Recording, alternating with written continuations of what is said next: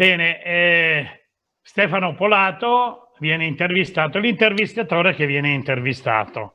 Naturalmente Stefano Polato mi ha dato l'onore, mi ha concesso questo grande onore di poter intervistare uno chef, un cuoco, lui si ama definire cuoco e ricercatore, è lo chef e cultore della cucina consapevole. Naturalmente lascerò a lui elaborare quella che è la sua figura, perché è importante che venga dall'anima, dal cuore di chi è interpellato. Buongiorno Stefano. Buongiorno e grazie. Ovviamente sono io ad essere entusiasta del coinvolgimento, quindi partiamo da, non è un onore che ho ceduto a nessuno, è semplicemente il fatto che insomma, la comunanza di intenti ci ha permesso di fare questa cosa in maniera assolutamente piacevole.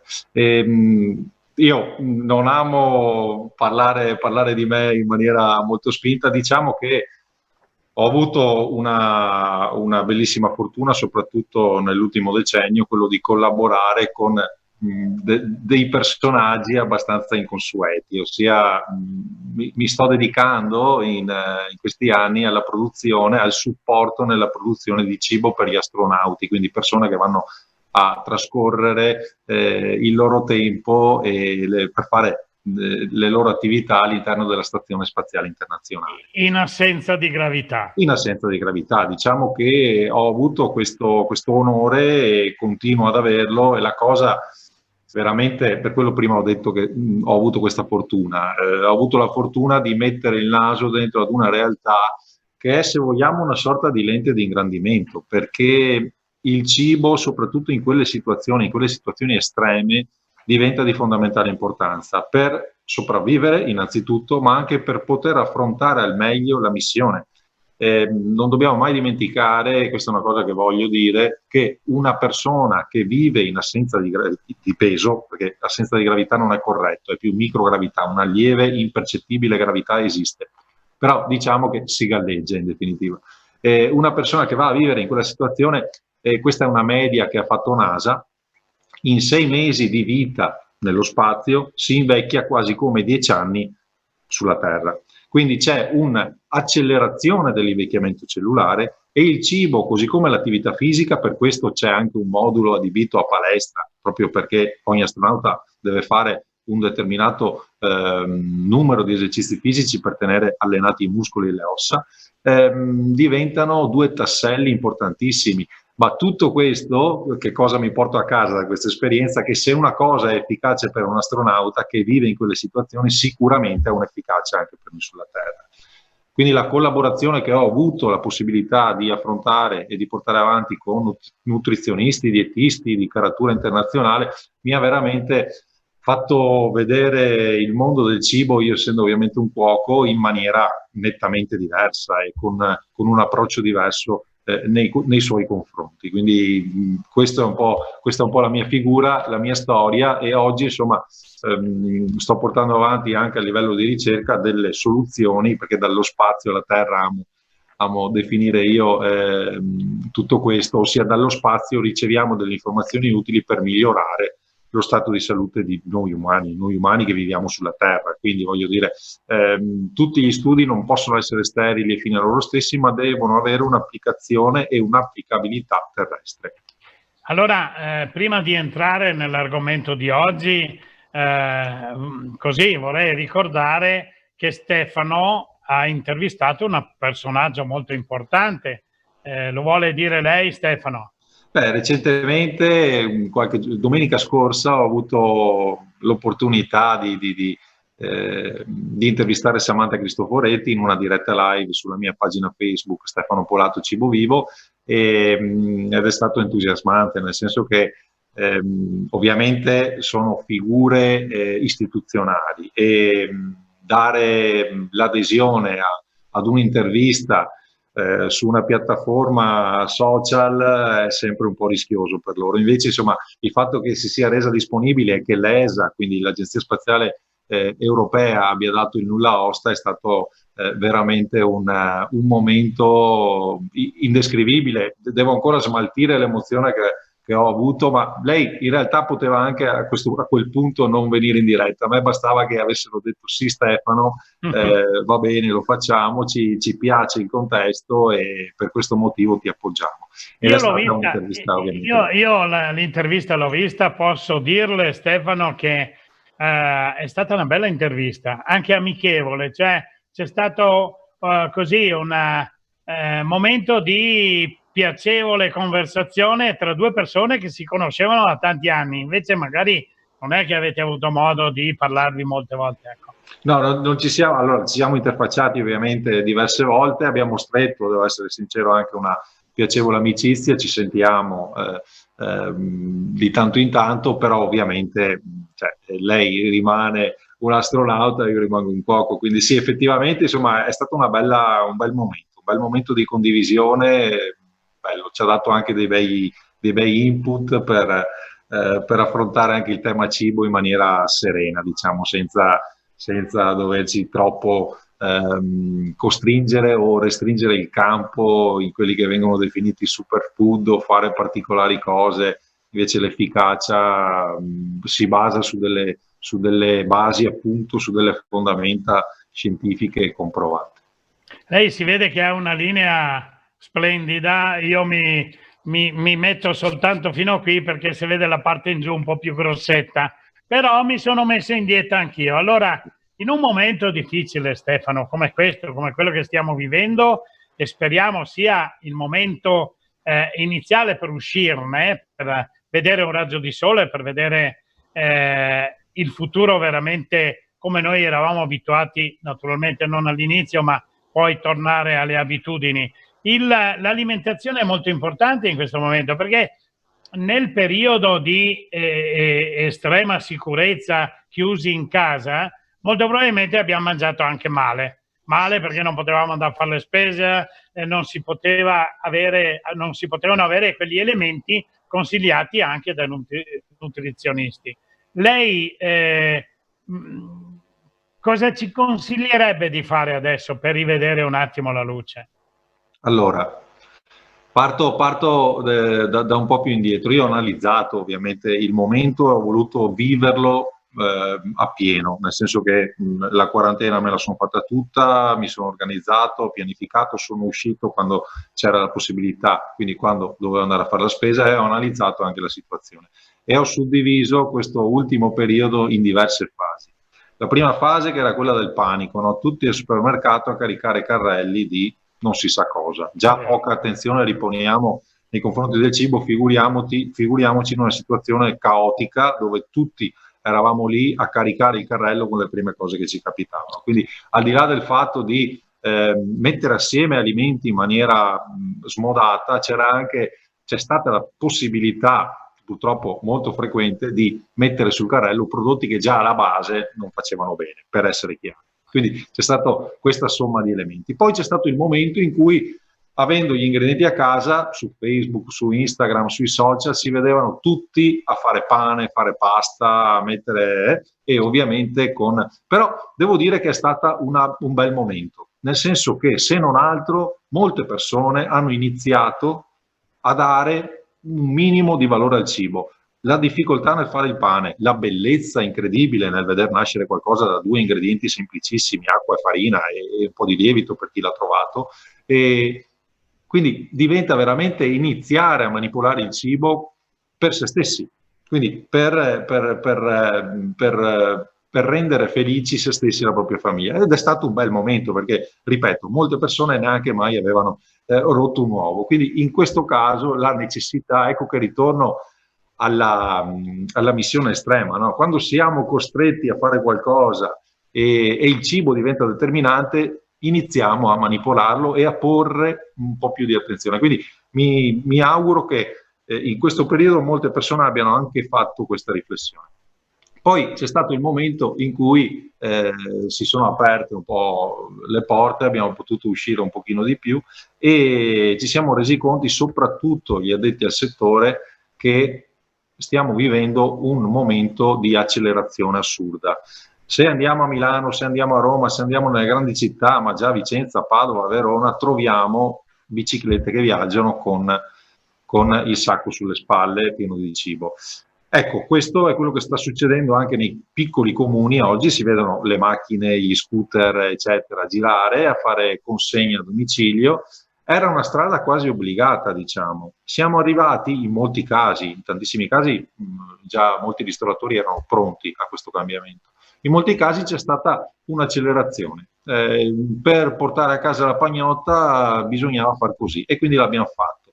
Però era una strada, io tendo sempre a sottolineare, obbligata, nel senso che fra qualche anno sarebbe comunque arrivata la necessità di fare questo, e perché le persone non hanno più tempo di cucinare cibi a casa in autonomia, e perché si preferisce magari stare a casa anziché andare fuori tutte le sere, e perché chi è in ufficio non ha neanche il tempo di raggiungere il punto di ristoro più vicino, eccetera, c'era questa necessità. Quindi sotto un certo aspetto questo momento sta tirando fuori anche tutto l'ingegno, tutta la volontà di portare avanti, di tirare su la baracca per quelle realtà che invece prima avevano completamente tralasciato il concetto del delivery, della consegna a domicilio, eccetera.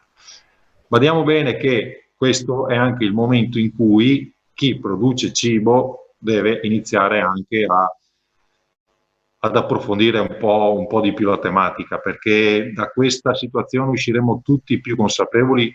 Recentemente sono usciti tantissimi paper, tantissimi studi che determinano il fatto che il cibo può sostenerci. È una conferma, lo sappiamo già: se si mangia bene si sta bene, se si mangia male probabilmente ci si ammala.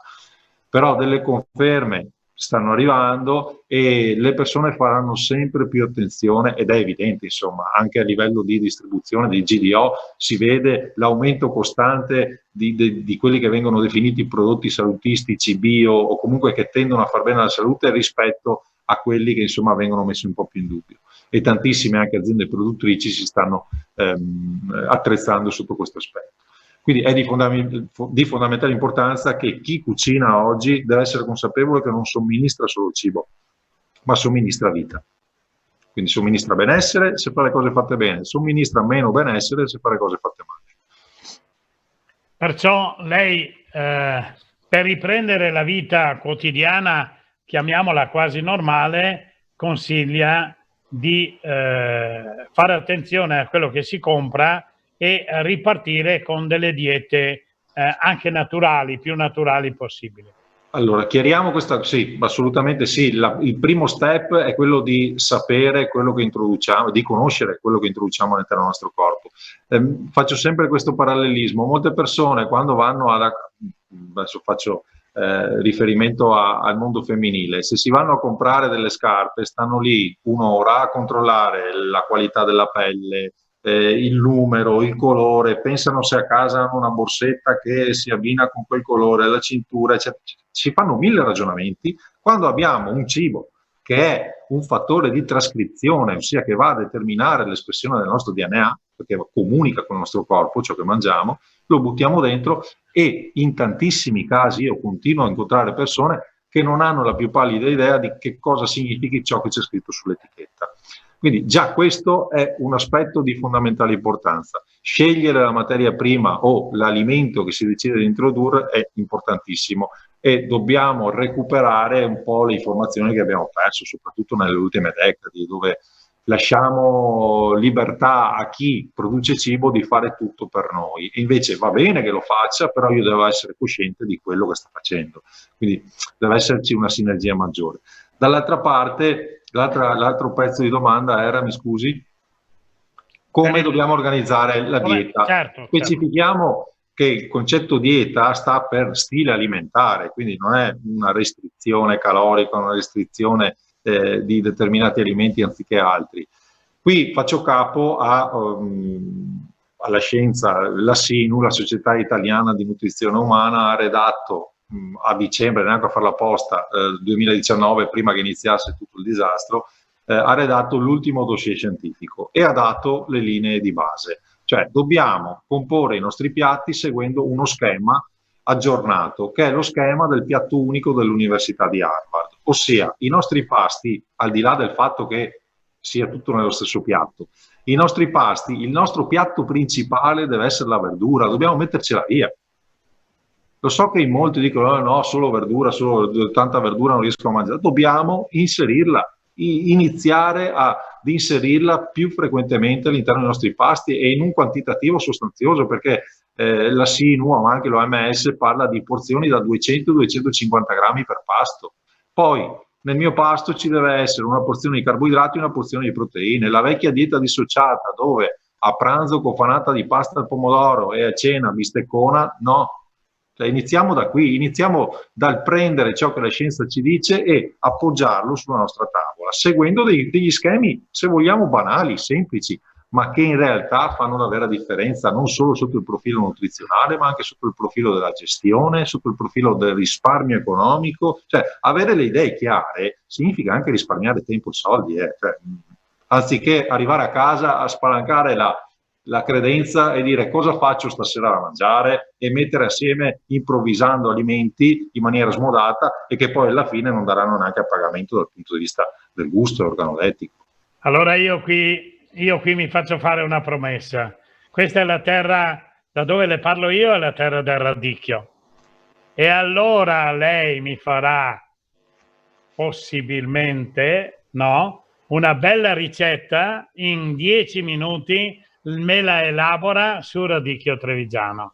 Me lo promette? Va bene, lo facciamo e sta parlando di un prodotto incredibile. Insomma. Cioè io e il radicchio abbiamo un legame e un amore reciproco incredibile, quindi assolutamente sta aprendo una porta spalancata e anche qua, insomma, per voler dare un altro input, varietà è un'altra parola che tutti sappiamo che dobbiamo variare, che dobbiamo variare ovviamente alimenti all'interno della nostra alimentazione, ma non solo, variamo anche i metodi di cottura e di non cottura. Se potessimo chiedere adesso live alle persone che stanno guardando, ieri hai mangiato verdura cruda o verdura cotta? Stasera cosa mangi? Verdura cruda? È probabile che si mangi costantemente verdura cotta o costantemente verdura cruda. Invece anche in questo caso la miglior soluzione per portarci a casa tutto ciò che la natura ci può dare è mettere un mix di prodotti cotti e prodotti crudi.